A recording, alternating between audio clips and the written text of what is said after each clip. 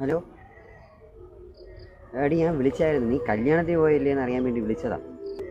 അയ്യോ അത് അങ്ങനെയല്ല, ഞാൻ പറയുന്നത് കേക്ക്. നീ കേക്കടി.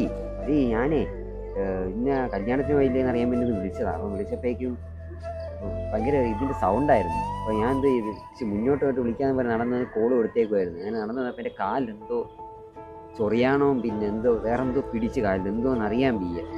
ഒരു ചെറിയൊരു പൊട്ടായിരുന്നു, എന്തോന്ന് അറിയാൻ വയ്യത്.